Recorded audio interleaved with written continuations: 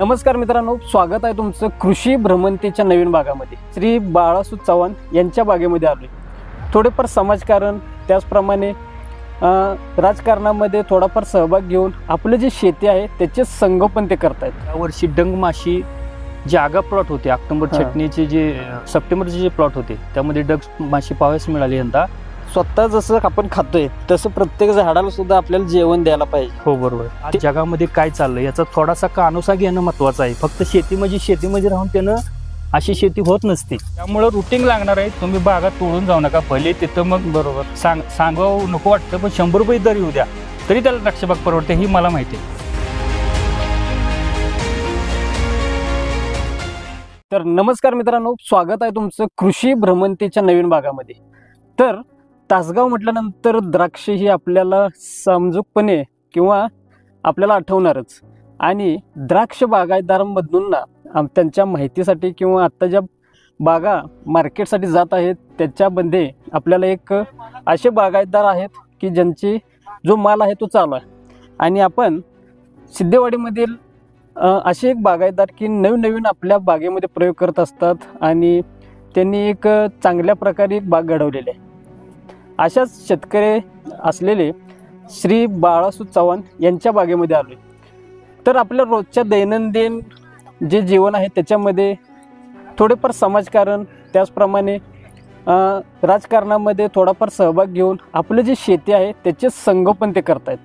तर त्यांच्याकडे आपण आलो आहे. या बागेबद्दल काय माहिती ते देत आहेत आपल्या शेतकऱ्यांसाठी, आपल्या प्रेक्षकांसाठी, हे आपण सर्व या व्हिडिओमधून जाणून घेऊयात. तर आपण आलो आहोत श्री बाळासू चव्हाण यांच्या बागेमध्ये की सर्व जे शेतकरी आहेत, सर्व आपण मित्रमंडळी जे आहेत ते सर्व त्यांना बाळूभाऊ म्हणतो प्रेमानं. आणि या व्हिडिओमध्ये देखील आपण बाळूभाऊ याच नावाचा उल्लेख करणार आहे. कारण जर शेतकऱ्याकडे गेलं तर मुद्दाम साहेब असा शब्द सर्व जे आपल्याला व्हिडिओमध्ये वापरताना पाहायला मिळतात, जे औषधं जे रिव्ह्यू घेणारे जे व्हिडिओ आहेत त्यांच्यामध्ये. पण आपण प्रेमानं सर्वजण आम्ही बाळूभाऊ म्हणतोय, त्यांना बाळूभाऊच आपण म्हणणार आहोत. तर आपल्याबरोबर आहेत बाळूभाऊ की ज्यांची जी प्लॉट आहे त्या प्लॉटचं जी कटिंग आहे ते कटिंग आत्ता चालू आहे. तर पहिल्यांदा नमस्कार बाळूभाऊ. नक्की आपल्या बागेत जे कटिंग आहे ते चालू आहे. नक्की आता बघा, साधारणपणे मागील काही महिन्यांमध्ये जे बागेचे दर आहेत किंवा जे दर पडलेले आहेत, तर हे दर पडलेले आधी आपण पाहतोय किंवा ऐकतोय, तेव्हा नक्की तुमच्या मनात काय आलं होतं की नक्की आपल्या बागेबद्दल काय तुमच्या मनात आलं होतं त्यावेळा? नाही, असं काही नव्हतं. दर ही कायम सातत्याने टिकूनच आहे ती.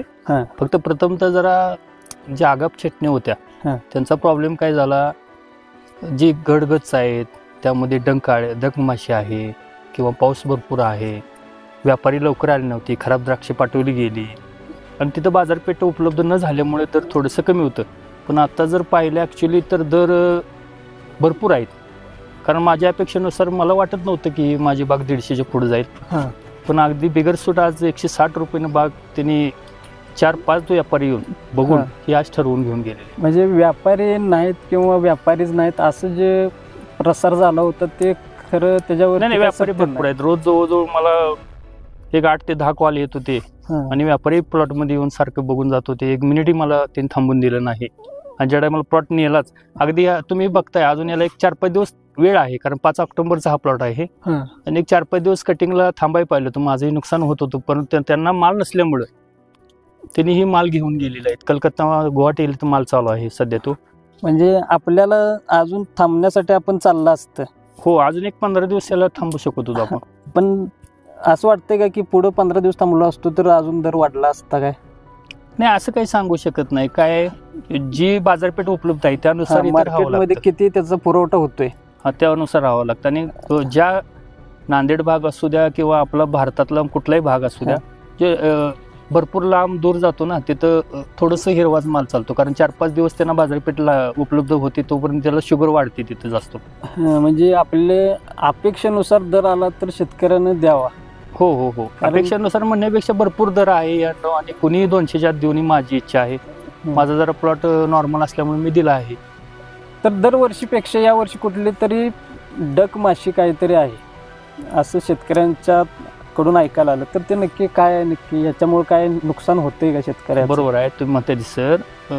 ऍक्च्युली काय झाले, दरवर्षी वेगवेगळा काहीतरी अनुभव पाहायला मिळतो.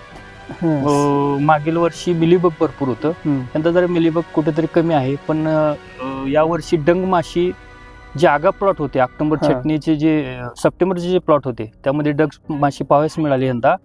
आणि खोडाळी थोडीशी कुठेतरी जरा यावर्षी जास्त जाणवते आहे.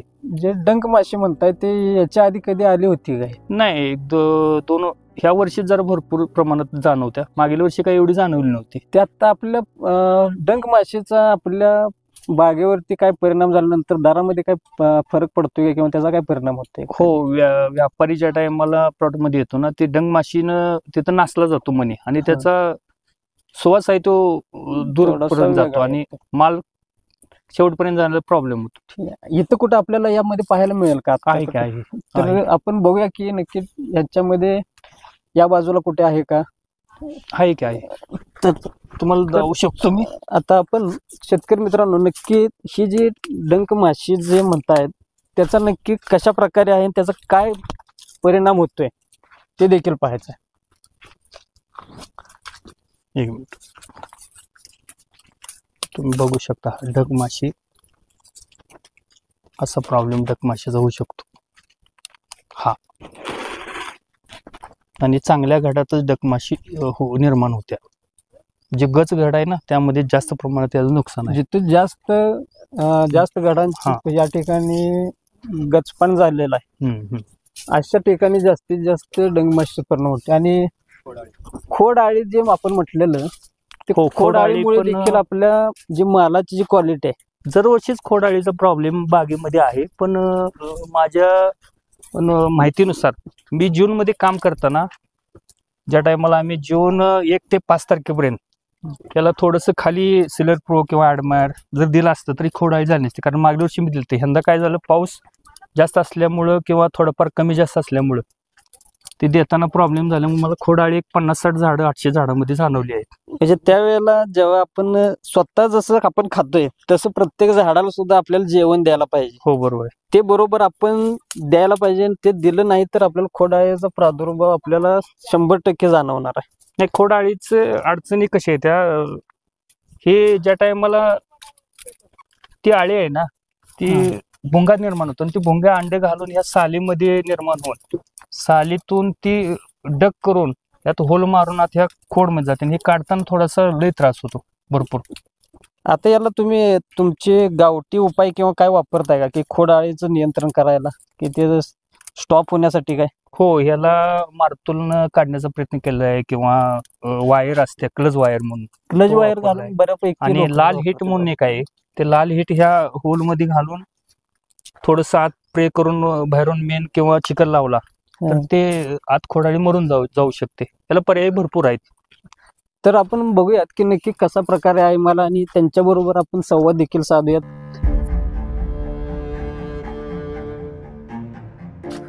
तर साधारणपणे ही कधीची छाटणी आहे ही तुमची? हे आपली 5 ऑक्टोबरची छाटणी. हे व्हरायटी डबल-एस आहे, आणि हा माल दरवर्षीपेक्षा, म्हणजे मागील वर्षी हा माल फक्त 130 रुपयाने गेला होता. 130 ने गेला होता. हो, पण यंदा बिगर सूट हा माल 160 रुपयानं कलकत्ताची पार्टी आहे. ते अगदी 120 रुपयापर्यंत त्यांनी मागत होता. 120 न मागत होता. कधी मागत होता हे 2 दिवस अगोदर ते मागे लागले होते, पण त्यांना काही मी दिला नाही. पण ज्या टायमाला 155च्या जे टायमाला वरती गेले, मी 170च्या काय आता खाली आलो नाही, कारण आताचं मार्केट बघितलं तर त्यानुसारच होतं. म्हणून मला कुठेतरी बरं वाटलं दर, म्हणून मी त्यांना देऊन टाकलं. म्हणजे साधारणपणे ज्या वेळेला मागणी असते तेव्हा शेतकऱ्यांनी आपला जो अपेक्षित जो दर आहे, हो, तो मागायला मागं पुढे बघू नये. हो, बरोबर आहे सर. कसं आहे, वारा असलं तरच झोप नाही पाहिजे. बरोबर आहे. पेरणी करायची म्हणली तर पाऊस ओलावा पाहिजे, तरच पेरणी होत असते.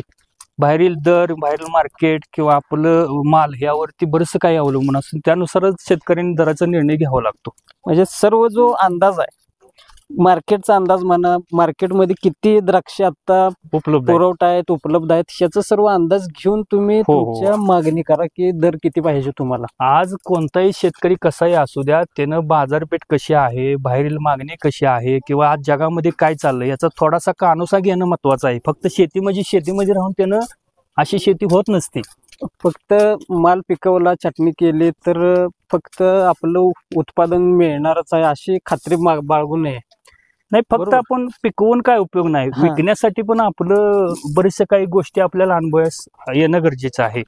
कारण आपण पिकवतोय तर खूप कष्ट करून वेगवेगळ्या ज्या उपाययोजना आहेत, वेगवेगळे जे काय जुगाड आहेत ते सगळे करून, पण विक्रीसाठी शेतकरी आता मागं पडतोय का असं वाटतंय का तुम्हाला? काय नाही, असं काही वाटत नाही. काही शेतकरी थोडस अनुभव जरा कमी असतात, ते बाहेरील कानोसा घेऊन शेतकरी ती विक्री करत असतात, आणि ज्यांना जे लवकर लक्षात येत नाही ते दुसऱ्या शेतकऱ्यांचा कानोसा किंवा माहिती घेऊन त्यावर ते अवलंबून राहतात. असं शेतकऱ्यांना आता बघा, हळद पिकवत असतील, आता याच्यामध्ये कुठला ही थ्रिप्स आहे, याच्यामध्ये थ्रिप्सचा अटॅक झालेला आपल्याला मिळतो पाहायला. ह्यामध्ये सर काय माहितीये का, SS व्हरायटी अनुष्का आणि सुपर यांना थ्रिप्सचा मारा जरा जास्त प्रमाणात आहे. हे तुम्ही बघू शकता. थ्रिप्स ह्या बाजूने, कारण हे वरती दुसरा प्लॉट आहे सुपरचा, छटणी घेतल्यानंतर त्यावरती औषध मारलं की ह्या साईडला येऊन औषध पडत असल्यामुळे जी थ्रिप्स आहे ती इकडे जास्त प्रमाणात आहे, तिकडे कमी प्रमाणात आहे. हा पण एक प्रॉब्लेम आहे. थ्रिप्सच्या प्लॉटचा देखील आपल्याला याच्यावरती परिणाम होतोय. हो, निश्चितच यावरती परिणाम, कारण हा जो माल आहे ना, हा बेदाणे जरी केला तर ती खार दिसूनच येते बेदाण्यावरती, आणि हा माल काय व्यापारी घेऊन जात नाही. म्हणजे एक कन्सेप्ट आहे आयसोलेशन डिस्टन्स. आयसोलेशन डिस्टन्सची जी मेंटेनन्स आहे, दोन व्हरायटीमध्ये वेगवेगळे, तो व्हरायटीमध्ये मेंटेन नाही झाल्यामुळे जे पलीकडचे प्रॉब्लेम आहेत किंवा त्या प्लॉटला, शेजारच्या प्लॉटला काय जे रोग आहेत किंवा तो रोगाला तोंड देणारा नसेल, हा जर प्लॉट रोगाला तोंड देणारा असेल तरी त्याचे जे संक्रमण आहे ते या साईडला होत असतं. बरोबर आहे सर. इकडे तुम्ही पाहू शकताय सर, जे जास्त प्रमाणात प्रॉब्लेम आहे ह्या गल्लीला. आपल्याला हे जे पाहायला मिळतंय की पलीकडच्या सर्व लाईनला आपण बघितलं की अशा प्रकारे कोणत्याही थ्रिप्सचा प्रॉब्लेम अटॅक यामध्ये नव्हता, पण या शेवटच्या ओळीला ते पण सुपर साईड असल्यामुळं इकडच्या प्लॉटचा थ्रिप्सचा अटॅक जो आहे तो या झाडांवर जास्त मोठ्या प्रमाणात पाहायला मिळतो. तर बघा, जसं शेतकरी जेव्हा हळद पिकवतात, कापूस पिकवतात, सोयाबीन असेल, ते पिकवल्यानंतर आपल्याला जे मार्केट आहेत त्यांना मार्केट फिक्स आहेत की टर्मरिक किंवा आपलं हळदीचं मार्केट जे सांगलीला आहे. तसं तुम्हाला असं कधी वाटलं नाही का की द्राक्षाचे सुद्धा मार्केट असलं पाहिजे ना आपण फक्त दलालांवरच अवलंबून राहतोय? हो, असं झालं पाहिजे मुळात. म्हणजे तासगाव भाग तसा द्राक्ष शेतीची पंढरी म्हटली जाते. बरोबर. मला वाटतं जसं बेदाणा तासगाव मध्ये विकला जातो तसे द्राक्षासाठीही कुठेतरी बाजारपेठ उपलब्ध व्हावे अशी माझी प्रामाणिक इच्छा आहे, आणि ती कुठल्या तरी नेत्यानं म्हणा किंवा कुठल्या तरी शेतकरी, चार शेतकरी किंवा असं बनवून त्यांनी तयार करावं अशी वाटतं मला. कारण की आपण बघतोय बघा की सगळे जे मार्केट आहेत, फुलांचं मार्केट स्पेशल आपल्या इथं जवळपास असतं उपलब्ध. आटपाडीला डाळिंबाचा आहे, पेरू आता चालू झाला, आणि द्राक्ष आपल्याकडे पूर्वापार खूप वर्षापासून पिकवले जातात, विक्री केली जातात. पण असं कुठंच आपल्याला बघायला मिळेल नाही की शेतकऱ्याने स्वतः जाऊन त्या मार्केटमध्ये आपला माल विकायचा आहे, की त्यांच्याबरोबर दराबाबत चर्चा करून डायरेक्ट मार्केटमध्ये आपल्याला विकण्यासाठी काय उपलब्ध असं दिसत नाही. असं काय तर व्हायला पाहिजे, आणि सर्व शेतकऱ्यांनी त्यासाठी काय केलं पाहिजे असं वाटतं. हो सर, बरोबर आहे तुम्ही म्हणताय ते. आज ऍक्च्युअली जर पाहिलं तुम्हाला सांगा, हा जो नासका माल आहे हा 1 दिवसच करू शकतो, लय 2 ते 3 दिवस दुधागत आहे हा. त्यामुळे याला काही ठिकाणी आपण समजा गोव्या ठिकाणी विक्रीसाठी आपण शेतकऱ्यांनी घेऊन गेलो तर तिथे काय होतं, बरेचशा समस्या असतात. एक गाडी लावून देत नाही डांबरीला, पोलीस दमवतात, परत दराशी अपेक्षा राहत नाही, कारण पहिल्या दिवशी तेवढा समजा एक 200 पेटी नेला, 200 पेटी एवढ्या लांब नेऊन माल आपल्याला विक्री करायला परवडत नाही. आणि 500 पेटी घेऊन गेला तर खपत नाही. मग तिसऱ्या दिवसाचा जो माल आहे ते काही टाकून द्यावा लागतो किंवा अगदी कमी दराने विक्री करावी लागते. म्हणजे दलालांना देण्यापेक्षा जर स्वतः शेतकरी विक्रीसाठी गेला तर तो तोट्यात येते. हो, निश्चित. तो माल तिथं कसं होतं व्यवहारामध्ये, आपल्याकडून कसं असतं तिथं काही लोक घेणारे बुट्या घेऊन विकणारे लोक असतात क्रेट, ते क्रेट 1-2 घेतात आणि त्याची विक्री करतात. मग आपल्याकडून कोण घेणार तिथं, कारण त्यांचा रेग्युलरचा जो व्यापारी असतो तो त्यांना पुरवठा करत असतो. बरोबर. त्यामुळे आपली विक्री तिथं भरपूर होत नाही आणि आपण विकाय गेलो तर ते आपल्याला विक्री करून देत नाहीत. खरं, कारण त्यांचं त्या ठिकाणी मार्केटवर त्यांचं पूर्ण कब्जा असणार आहे.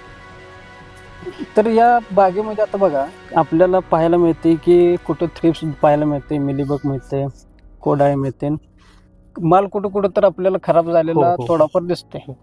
अशा वेळेला जे दलाल पाहायला येतात ते माल असा पाहायला की त्यांच्याकडून दराची कमतरता होते का किंवा दर पाडला जातोय का त्यांच्याकडनं? काय करतात, कोणताही व्यापारी असू द्या, तो चांगल्या झाडाखाली जाऊन बसत नाही. तो जिथं खराब माल आहे, जिथं मम्मीफिकेशन आहे, जिथं लोड आहे, त्या ठिकाणी जातून तिथनच म्हणतो की तुमचं असं आहे, तुमचं तसं आहे, हे थ्रिप्स आहे, हा माल असा आहे. चांगल्या गडापाशी जाऊन तो बसत नाही. चांगल्याच तो कधी सुद्धा क्वालिटी बघत बसणार नाही. जे वाईट आहे तेच पहिला बघणार आणि त्याच्याकडूनच ते मालाचा दर पाडाय बघणार. बरोबर. आणि तो वाईट मालावरून दर ठरवणार आणि तो वाईट माल सुद्धा सर तो घेऊन जात नाही. तो वाईट माल आपल्यापाशी ठेवून जातो, पण बसतो तिथं फक्त ठरवणार. फक्त वाईट बघून ठरवणार आणि तो इथंच ठेवून जाणार. तो नेतच नाही, एकही गट तो घेऊन जात नाही. 2 नंबर. आता माग खूप शेतकऱ्यांकडून असं ऐकायला मिळत होतं की आम्ही माल मार्केटला पाठवणारच नाही, आम्ही बेदाण्याकडे वळणार आहे. तर या वर्षी मार्केटमध्ये बेदाण्याची आवक वाढेल का किंवा बेदाणा जास्त होईल का, काय याच्यावर मत काय तुमचं? तुम्हाला सांगतो ऍक्च्युअली सर, मी 95 पासून द्राक्ष बाग करतो या क्षेत्रामध्ये, कारण मी 9वी मध्ये होतो. त्या टायमाला मी पिवळा बेदाणा केलता, अगदी लाकडी रॅकवरती टाकून, आणि तो माल मी 181 रुपये दिलता किलो बेदाणा पिवळा. आज 96 पासून त्या टायमाला मला वाटत नाही की 25 ते 30 रुपये पेट्रोल होतं. 96ला किंवा 50च्या आसपास असेल. आणि आता जर बघितलं तुम्ही 106 रुपये पेट्रोल आहे. 106-107 रुपये पेट्रोल आहे आज. M45 त्या टायमाला 50 रुपये पुढे होता, आज 300-350 रुपये पुढे आहे. बरोबर. आज लेबर खर्च लेबर तेव्हा 50 रुपये होता, आज सर 350 रुपये लेबर आहे. 8 ते 2 फक्त. 8 ते 2 आणि 8 ते 5 आता ही लेबर आमच्याकडे आहे, त्यांना 550 रुपये पगार आहे. 550 रुपये पगार आहे, हजेरी देणार आहे तुम्ही गडी. आणि लेडीजला 375 रुपये पगार आहे. बरोबर. मग ही सर्व कॉस्ट जर धरली तर आज 160 न म्हणजे आज काहीच दर नाही. आणि खत जर बघितली आज 052-34 सारखे असू द्या, खत डबल वाढली, डबल नव्हे चौपट 5पट वाढली. माझ्यामध्ये 1000 रुपयाला खत होतं, आज 5000 रुपये झाले 052. म्हणजे सर्व जे जसं वर्ष वाढेल तसं सगळ्यांच्या किमती वाढत चालल्यात. हो, आणि द्राक्षाचा दर कमी व्हायला लागला. आणि द्राक्षाच्या किमतीच तर कोण सांगू शकत नाही की नक्की किती होईल असं कन्फर्म. पण सर्वांच्या दर वाढलेत किंवा सगळं आपल्याला महागाई वाढते, पण या दराच्या किमती वाढल्याशिवाय शेतकऱ्याची प्रगती होणार नाही. बरोबर. आणि ते दर न वाढण्यासाठी तुम्हाला काय वाटते, काय कारणीभूत असेल? याला आपणच कारणीभूत आहे सर, कारण जो माल आपण पिकवतो ना, तो माल विक्री करताना आपण गडबड करतो. बरोबर. कच्चा माल विकतो आणि त्या लोकांना द्राक्षी आंबट आहेत का गोड आहेत काहीच कळून देत नाही आपण. आणि व्यापारी पण काय करतो, आता माझाच माल मी मगाशी तुम्हाला सांगितलं अजून 2 दिवसांनी कटिंग करायला पाहिजे होतं. बरोबर. पण व्यापाऱ्याला माल मिळत नसल्यामुळे त्यानं कटिंग करायला गडबड केली. आज माझाही तोटा आहे, शुगर वाढत नसल्यामुळे वजन माझं कमी पडतंय. आणि जो माल तिथं नेऊन जी विक्री करतात ती लोक घेणारी पण म्हणतात की द्राक्ष आंबट आहेत, म्हणजे ती कोल्हा कसा म्हणतो ना तसं यांचं सर्वांचं झालेलं आहे. खरं. म्हणजे मार्केटला जेव्हा ही द्राक्ष जाणार आहेत तेव्हा तिथं जे ग्राहक आहेत, जे कस्टमर आहेत, त्यांना ही द्राक्ष आंबट लागल्याचा परिणाम पुढे पण होऊ शकतो, दराचा होऊ शकतो. या आणि आज आपण किती द्राक्ष खातो त्या पण दुसऱ्याने किती खातेत ह्याबद्दल पण आपण आत्मनिरीक्षण करणं गरजेचं, आत्मपरीक्षण करणं गरजेचं. म्हणजे शेतकऱ्याने पहिल्यांदा अशी द्राक्ष पिकवली पाहिजेत की ते स्वतः खायला त्याची इच्छा झाली पाहिजे, मग त्यांना अपेक्षा करू शकतो की आपली मार्केटच्या लोकांनी खावं. आपण जी द्राक्ष आज बाजारपेठला पाठवतोय तर त्यातलं आपण किमान भावाने पूर्ण घाड्यापेक्षा 4 महिने तर त्या घाटातलं खावं होतं. आणि ती गोड असलं तरच ती द्राक्ष शेतकऱ्यांनी पाठवावी. तर कुठं तर आज व्यापारी पण टिकणार आहे, आपण पण टिकणार आहे, सर्व शेतकरी रोजगार असू द्या, औषध दुकानदार असू द्या. औषध दुकानदार जर सांगायचं झालं तर मला सांगा, आज शेतकरी टिकला तरच औषध दुकानदार टिकतो. बरोबर कारण आहे. मागील काळामध्ये मी बघितलं, जेव्हा पाऊस चालू होता त्या टायमाला पाऊस म्हणजे काही कूच झाले आपल्या भागात, नदी काठ असू द्या किंवा आता हा सुद्धा तुम्ही प्लॉट बघू शकता. हा 5 तारखेला पूर्ण पाऊस होता यात फ्लॉवरिंग मध्ये. पण मी एक 2-4 दिवस यामध्ये बरंच काही झटलो, कारण मी आता तुम्हाला मगाशी दावलं यामध्ये की झाडाला आहे ना मी जखम केली खुरप्यानं. तुम्ही इथं बघू शकता या डिक निघलाय. 1-2 दिवस लागोपाठ मी 2 जखमा केलत्या. तर मी सकाळी ज्या टायमाला इथं यायचं ना, हा पूर्ण झाड इथून वलं व्हायचं, ह्यातून नत्र टाकत होतं. म्हणून हे आज माल कूच झाला नाही पूर्ण पावसामुळं. फ्लॉवरिंग मध्ये पावसात कूज होते ना, आणि त्याच्यामुळे ज्या टायमाला काय होतं सर, ऍक्च्युली ज्या टायमाला मनी शेट होतो म्हणजे फुलोरा गळतो आणि मनी शेट होतो, त्या टायमाला फुल पडलं जातं आणि मनी सेट होतो. त्या टायमाला जो ह्या देटा जिथनं मनी गळ होतो तिथनं नत्र टाकतं, म्हणजे पाणी साचतं आणि पाणी साचून हिथं पाणी साचतं असं फ्लॉवरिंग मध्ये आणि ती कूज होते. ह्यासाठी हा एक उपाय केलेला मला यंदा जरा चांगला फायद्याचा झाला, की आपले जे शेतकऱ्यांनी आपल्या अनुभवातून जे देशी जुगाड केल्यात, बरोबर त्यांचं देखील हा फायदा आहे यातला. आणि झट काय आहे, कोणतं काम कवा करेल आणि द्राक्षबाग कवा तुम्हाला साथ देईल काय सांगता येत नाही. फक्त काम करत राहणं हे महत्वाचं आहे आणि काम केलं तरच आपण त्यातनं अनुभव घेऊ शकतो. म्हणजे शेतकऱ्यांनी जसं जनावर पाळत असताना त्यांच्याबरोबर असं एवढं त्यांच्याबरोबर नातं एवढं होऊन जातंय की त्यांना काय पाहिजे, काय त्यांचं मत आहे किंवा त्यांना काय आवश्यकता आहे हे त्याला शेतकऱ्याला कळतंय. हो बरोबर आहे. तसंच झाडाबरोबर पण तसंच आहे की नक्की आपण त्याच्याबरोबर काय केल्यानंतर नक्की त्याच्यावरती चांगला परिणाम होईल. तसं सांगायचं झालं तर सर, शेतकऱ्याच्या अनुभवातूनच त्याला कळणं गरजेचं. तुम्हाला सांग का सर, माझी 5 एकर द्राक्ष बाग आहे. त्यात अनुष्का 1 एकर आहे, SS 2 एकर आहे, सुपर 1 एकर आहे, माणिचमन एकर आहे. मला ज्या टायमाला छटणी घेतो त्या टायमाला मला माहित असतं कुठलं झाड केव्हा फुटलं, कुठला घड लवकर झालेला आहे, त्याचं फ्लॉवरिंग केव्हा आले. अशी बरीचशी झाडं माझ्या डोक्यात आहेत. एवढा बारीकचं निरीक्षण त्या झाडाचं करावं लागते. आणि थ्रिप्सचं मी तुम्हाला सांगितलं, थ्रिप्स 1 दिवस औषध मारून सुद्धा मला एक कव्हर झालं नाही. बरोबर, मी एवढा त्याच्यामध्ये काम करून सुद्धा. आणि दरवर्षी वेगवेगळं प्रश्न उद्भवतात. कारण मागील वर्षी मिलीबग बघितलं, यंदा माझ्या मते डकमाशी आहे, खोडाळे आहे, बरोबर, किंवा भरपूर प्रश्न असं उद्भवतात. पण ह्या गोष्टीतून डामाडोल न होता त्यावरती काम करत प्रामाणिकपणे राहावं. आणि जे आज मी पाहतो की व्हिडिओ आपण बघतो की ह्यानं द्राक्षबाग तोडली, त्यानं द्राक्षबाग तोडली, ती व्हिडिओ पाहतो. पण तुम्ही द्राक्षबाग तोडली त्याचा फायदा कोणालाही नाही. बरोबर आहे. तुम्ही तोडा, ठेवा अगदी किंवा त्यावरती काहीही करा, कुणालाच फायदा नाही. तुम्ही तुमच्या ह्याच्यानुसार काम करायचं. काम केलं तर तुम्हाला निश्चित फळ मिळणार आहे. आणि तोडल्याचा फायदा तोटा ही तुम्हाला राजकीय पोटरे असू द्या किंवा कोणी असू द्या, कार्यकर्ता कोणी, स्वामीनाथन आयोग आपण तुम्ही पाहू शकतो. कारण बरोबर आहे, केव्हाही माल भरपूर झाला की दर पडणार आहे. शेतकऱ्याचा तोच प्रश्न आहे. मागणी तसा पुरवठा वाढला की मागणी कमी होईल आणि त्याचा दरही कमी होईल. हो, त्याच्यावर आपण आज पाहतोच की द्राक्ष कमी झाल्यावर की दर वाढले. आता द्राक्ष तोडून टाकायचा विषय निघालाय, तर आपण द्राक्ष नक्की आता हे भागामध्ये आपण बघतोय बघा की जे द्राक्ष आहेत ते तोडायला लागलेत लोक किंवा बागा काढून टाकायला लागलेत. तोडणं असा हा शब्द चांगला नाही बोलायला तसा. बरोबर आहे. द्राक्ष बागा आपल्या काढून टाकायला लागलेत. त्या शेतकरी बांधवांना माझी एक विनंती आहे, तुम्ही यावर्षी सर्व सुरळीत होणार आहे. कारण आता बेदाण्याला मायामती उमदीकडला भाग असू द्या किंवा उमराणीचा सारखा भाग असू द्या, त्या ठिकाणी आज बेदाण्याची सुद्धा द्राक्षी बाजारपेठमध्ये चाललेली आहेत. कारण द्राक्षेच नाहीत, कूच झालेले. बरोबर. आणि या वर्षी सर्व बेदाणा मायामती काय असेल ते सर्व बेदाणा ह्या 2-3 महिन्यात खपणार आहे. नवीन बेदाणा मला वाटत नाही आपल्या गावामध्ये कोणी अजून टाकलेला आहे. त्यामुळे रुटीन लागणार आहे. तुम्ही बागा तोडून जाऊ नका. भले तिथं मग बरोबर सांगावं नको वाटतं, पण 100 रुपये दर येऊ द्या तरी त्याला द्राक्षबाग परवडते, ही मला माहिती आहे. म्हणजेच द्राक्ष बागायतदार बंधूंनी नक्कीच एवढ्या वर्ष आपण काढल्यात, एवढा आपण कोरोनाचा काळ बघितलाय, पावसाळा बघितला, तरी पण आपण खचून गेलो नाही. या वर्षी असं काहीच एवढं मोठं असं पेंडेमिक पण नाही, कोरोना पण नाही, तरी पण काढून टाकायला लागलात. की याच वर्षी फक्त असं काय येतंय की काही एवढं मोठं कारण पण नाही. आणि म्हणून तुम्हाला म्हणायचं की द्राक्ष बागा काढू नका, की आतापर्यंत आपण याला जोपासलंय. हो. आणि पुढे चांगला काळ येणार आहे बागायतला. नाही, निश्चित येणार आहे. माझ्या मते 1-2 वर्ष याला जाऊ शकतील किंवा ह्यांदा सर्व प्रश्न सुटतील आणि पुढील वर्षीपासून द्राक्षालाही चांगला दर राहणार आहे आणि बेदाण्यालाही चांगला दर राहणार असं मला वाटतंय. तर आपल्याकडे आता जे आपलं जे न्याय लागल्यात माल हे कुठले आहेत नक्की? आणि ही पार्टी आहे कलकत्त्याची.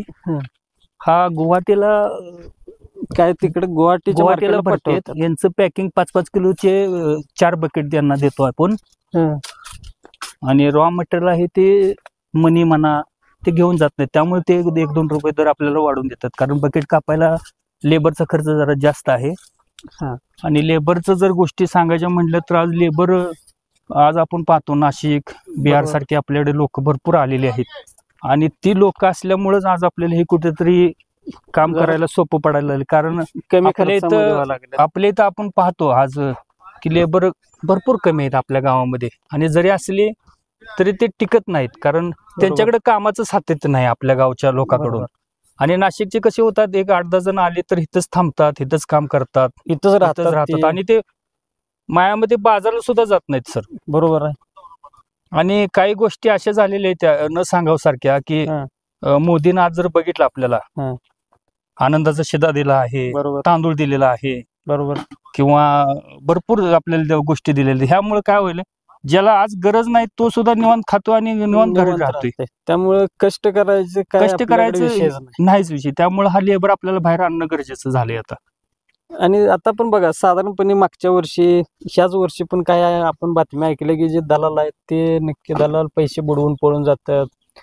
लोकांचे भरपूर असे लाखोने पैसे बुडवून जाणार दलाल आहेत. तर या बाबतीमध्ये शेतकऱ्यांनी काय काळजी घ्यायला पाहिजे की आपले पैसे जे आहेत ते वाया नाही जायला पाहिजेत? यामध्ये सर सांगावं जर म्हटलं तर व्यापाऱ्याला ही शेतकरीच डबघायला आणतो. बरोबर. कारण जर आपण त्यांना चांगला माल दिला नाही तर तो नुकसानीमध्ये जातो आणि नुकसानमध्ये जाणाराच व्यापारी पैसे बुडवतो. चांगला व्यापारी कोणताही 1 रुपया कुठल्याही शेतकऱ्याचा बुडवत नाही. आणि तुम्ही शेतकऱ्याला विनंती आहे माझी, तुम्ही जो द्राक्ष खाणार आहेत तोच द्राक्ष पाठवा. बरोबर. आणि ठरवताना जे वेगळे घड आणि कापताना वेगळे घड असं काही तुम्ही करू नका. बरोबर. ज्यांना पाहिजे तेच तुम्ही दिलं तर तुम्हाला त्यांचा पण व्यापाऱ्याचा पण फायदा झाला तर तुमचा फायदा, एवढं ध्यानात ठेवा. मार्केटमध्ये माल पडला तरच तुम्हाला त्याचे पैसे व्यापारी देऊ शकते असं. बरोबर आहे की. कारण की जे माल खराब आहे, आता तुम्ही आपल्यावरूनच आपण घेऊ शकतो की आपण बाजारामध्ये काय तर खरेदी करायला गेलो, तिथं कांदे घेऊ द्या नाहीतर बटाटे घेऊ द्या, आणि बटाटे आपण तिथं पाठीभरातला असलं तर ती वेचून आपण साईडला घेतो.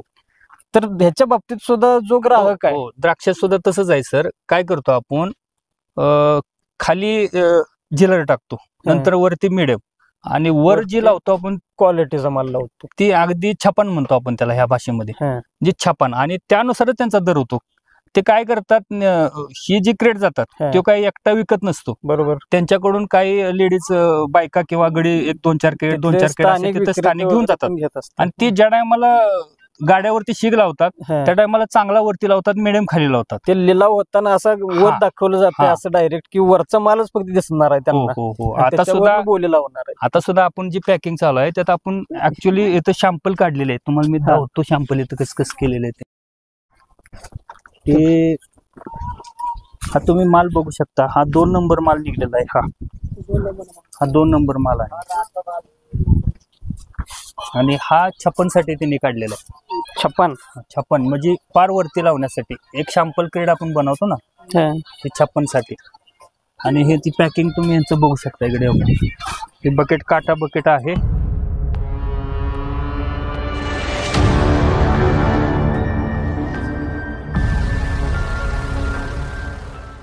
अभी मुंदा लग रहा है, यही माल जाएगा कलकत्ता और कलकत्ते मछुआ मंडी में हाजिर होगा, और बांग्लादेश भी और माल जाता अपना 1 नंबर माल है।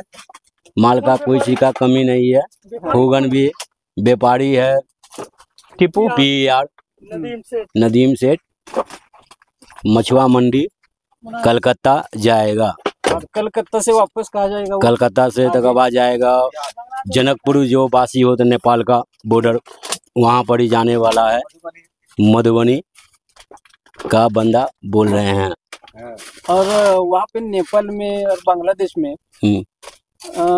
पसंद करते हैं लोग खाने के लिए। पसंद करता है। नेपाल में होता है बीज वाला अंगूर वृक्ष होता है। ठीक है, वही वृक्ष अभी इधर मिलेगा नासिक में वहाँ पर मिलेगा। तासगांव हर जगह ये मिलेगा। बिना तासगांव का अंगूर अच्छा है या नासिक का? अभी तासगांव का अच्छा मीठा होता है ना, तासगांव मीठा होता है। हाँ जी। और इसका दर आपको मालूम है? इसका दर क्या बेचते हैं, आपको मालूम है क्या? कोई मालूम है ना? हाँ। ये इसका बिक्री होता है कम से कम कितना? बाजार के ऊपर रहता है। बाजार के ऊपर नहीं, तो करीबन बताओ ना। तो बाजार के ऊपर जैसा देंगे। मैं क्या बोल रहा हूँ, 1000 2000। हाँ 2000 पकड़िए ना। 2000 में 1 क्रेट बिका जाता है। 20 केजी का जाता है। 20 केजी का 2000 में। और वो ट्रांसपोर्ट है, आपका लेबर है। 100 रुपए किलो का, 1 केजी का 100 रुपए। और आपने कहाँ पर कटाई की है अभी तक? ये इनके पास है अभी कौन से गांव से आए हैं? अभी देखो फर्स्ट से कहते हैं उगांव से। उगांव तक उगांव में खड़ कर तक बाद नासिक हो निकले, इधर पंडरपुर हो आए हैं। जुनूनी से तक बाद आए कोला से तक बाद आए सिद्धेवाड़ी में तासगांव में लग रहा है। और इसके बाद कौन से गांव में कटाई है अभी कटाई है तो तासगांव। अभी कौन से गांव में चालू है? जत बिलूर। ओके, डपड़ापुर। और लो मेरा माल जाम हो रहा है। माल जाम हो रहा है। ये सैंपल बघू शकता तुम्ही। ये देखो, अपना अंगूर पसंद है क्या? ये ऐसा माल है, लेकिन कैसा बना है देखो। क्वालिटी का माल है, ऐसा बना दे, ऐसा बनाने का और कलकत्ता में भेजने का। खाने दो कलकत्ते लोगों को। जाओ जी।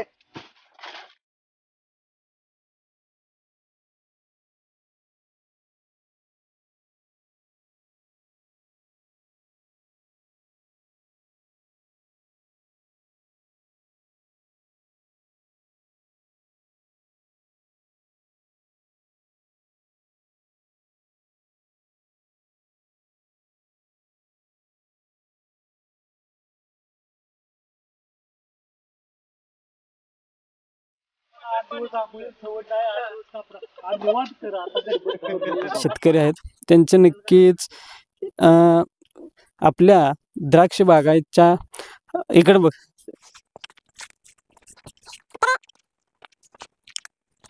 तर या ठिकाणी यांच्या बागेची कटिंग होत असताना हे आपल्या त्यांच्याच घरचीच माणसं बागेमध्ये कटिंग करण्यासाठी मदत करतायत।